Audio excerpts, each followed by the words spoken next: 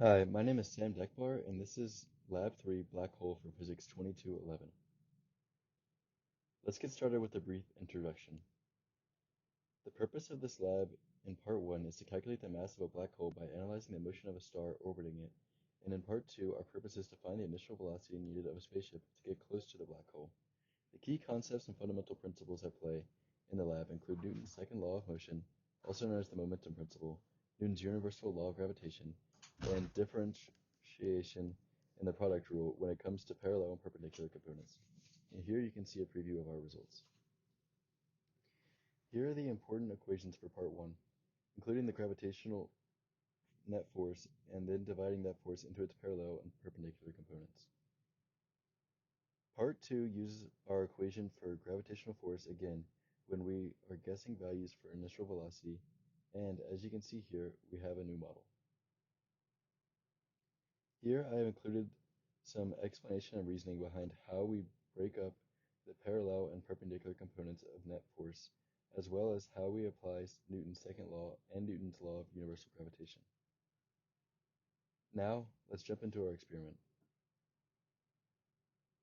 The system is the black hole, and the surroundings are the star and everything else. Our procedure is to edit the starter code in GlowScript using the Python code language to create a unique star trajectory key to my email address.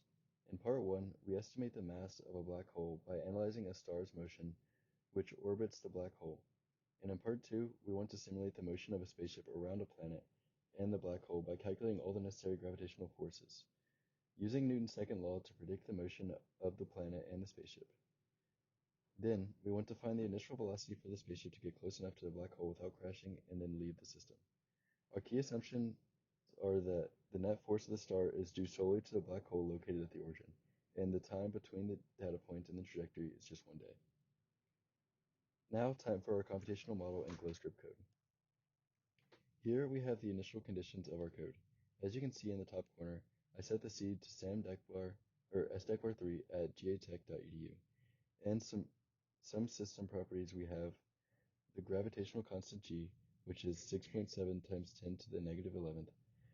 We have the mass of the star, which was given to us in the prompts of the lab. Delta T I set equal to 86,400.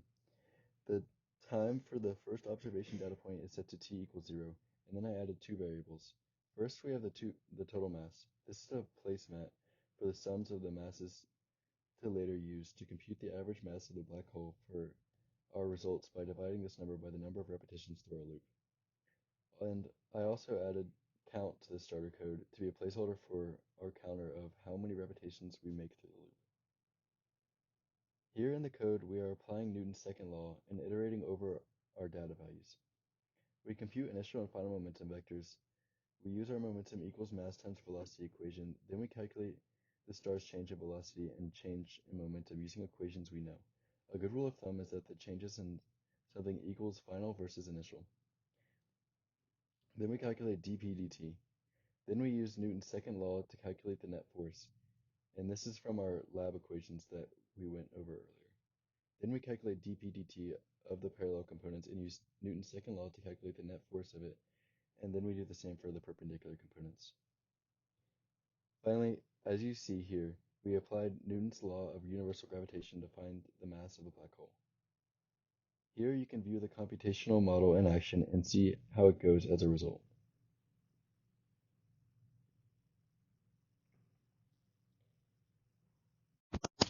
Here are all of our results. For part 1, we used the magnitudes of net force parallel, net force perpendicular, as well as the mass of the black hole. In part 2, we have the initial velocity of the spaceship, and here I plotted the magnitude net force versus the magnitude of net force parallel and the magnitude of net force perpendicular, so the three can all be compared. The graph shown is time in seconds versus magnitude of force in newtons. Here's our analysis for part 1. What does it mean? Net force and its parallel and perpendicular components are different from the rate of change of momentum and its parallel and perpendicular components because in part 1 of this lab, we were solving for dp dt, and we were concluding that it was equal to the net force. Therefore, we are really just deducing the value of the net force. Analysis for part 2. What if instead of wanting to take a quick look at the black hole and leave, you decided to enter it into an orbit around the black hole? What initial velocity would your spaceship need to have in order to enter some kind of orbit around the black hole? Using trial and error with the code and testing out different initial velocities, I found the orbit using time equals 120 minutes and initial velocity equals in component form negative 2.3 times 10 to the 5th, comma 1.1 times 10 to the 7th, comma 0 meters per second. And below, you can see the lines of code I edited in GlowScript as well as the computational model